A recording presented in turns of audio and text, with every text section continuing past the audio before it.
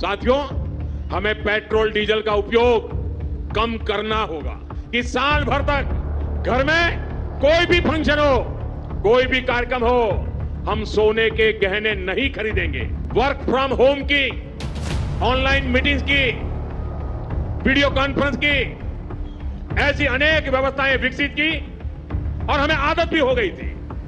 आज समय की मांग ऐसी है कि उन व्यवस्थाओं को हम फिर से शुरू करें। क्या देश आर्थिक इमरजेंसी की तरफ बढ़ रहा है, जो प्रधानमंत्री को खुद कहना पड़ा, सोना मत खरीदिए, पेट्रोल बचाइए, तेल कम खाइए, गहने मत खरीदिए। आखिर देश में चल क्या रहा है? क्या पश्चिम एशिया का तनाव अब सीधे आपकी जेब और रसोई तक पहुंच चुका है? प्रधानमंत्री की अपील सिर्फ सलाह है या आने वाले बड़े आर्थिक संकट का संकेत? अगर जनता ने खर्च रोक दिया तो क्या भारत की अर्थव्यवस्था की रफ्तार भी रुक जाएगी? नमस्कार, मैं चंदन भारद्वाज और आपका स्वागत है हमारे चैनल पर।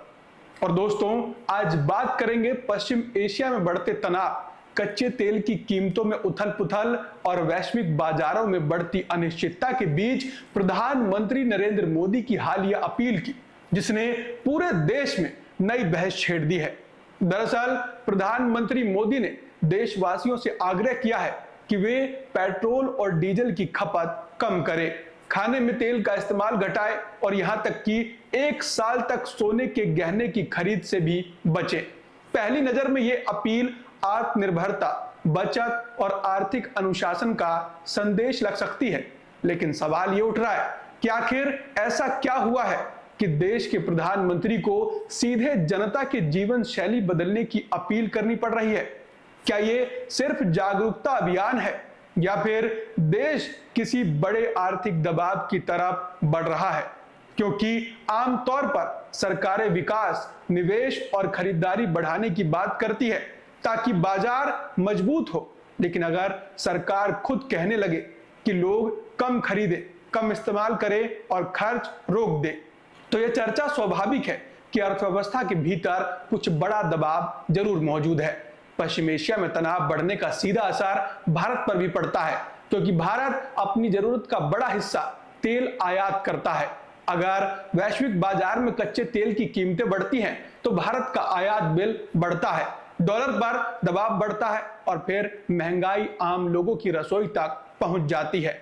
यही कारण है कि तेल बचाने की अपील को सिर्फ स्वास्थ्य या पर्यावरण से जोड़कर नहीं देखा जा रहा, बल्कि इसे आर्थिक संकट की आशंका से भी जोड़कर देखा जा रहा है। लेकिन सबसे ज्यादा हैरानी सोने को लेकर हुई अपील ने पैदा की है। भारत में सोना सिर्फ आभूषण नहीं, बल्कि सामाजिक सुरक्षा, परंपरा और निवेश का सबसे बड़ा माध्यम माना जाता है।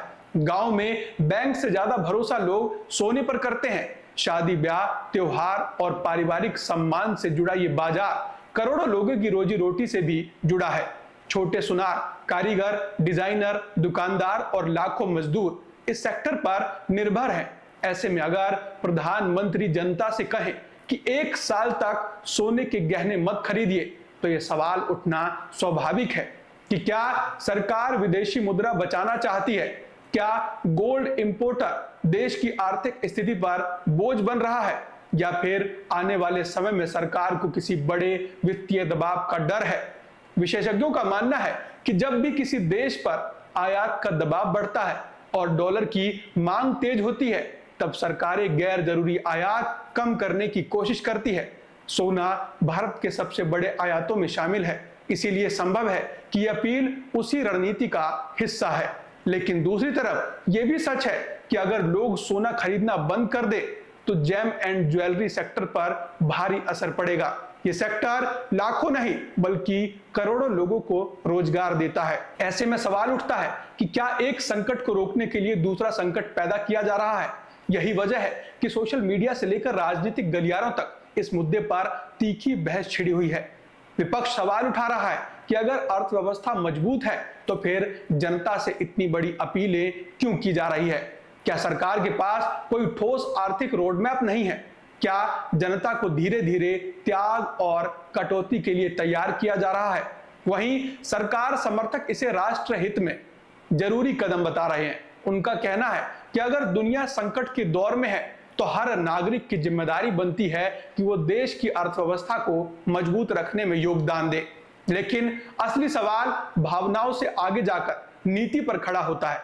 क्या किसी भी आधुनिक अर्थव्यवस्था को अपील के सहारे चलाया जा सकता है? क्योंकि अर्थव्यवस्था का सबसे बड़ा इंजन उपभोग होता है। लोग खरीदते हैं तो बाजार चलता है, बाजार चलता है तो फैक्ट्रियां चलती हैं, और फैक्ट्रियां चलती हैं तो रोजगार पैदा होता है। अगर जनता डर या अनिश्चितता में खर्च कम करने लगे तो इसका असर सीधा बाजार पर पड़ता है।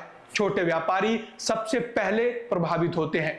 यही कारण है कि अर्थशास्त्री बार बार कहते हैं कि सरकारों को जनता में भरोसा पैदा करना चाहिए, ना कि डर।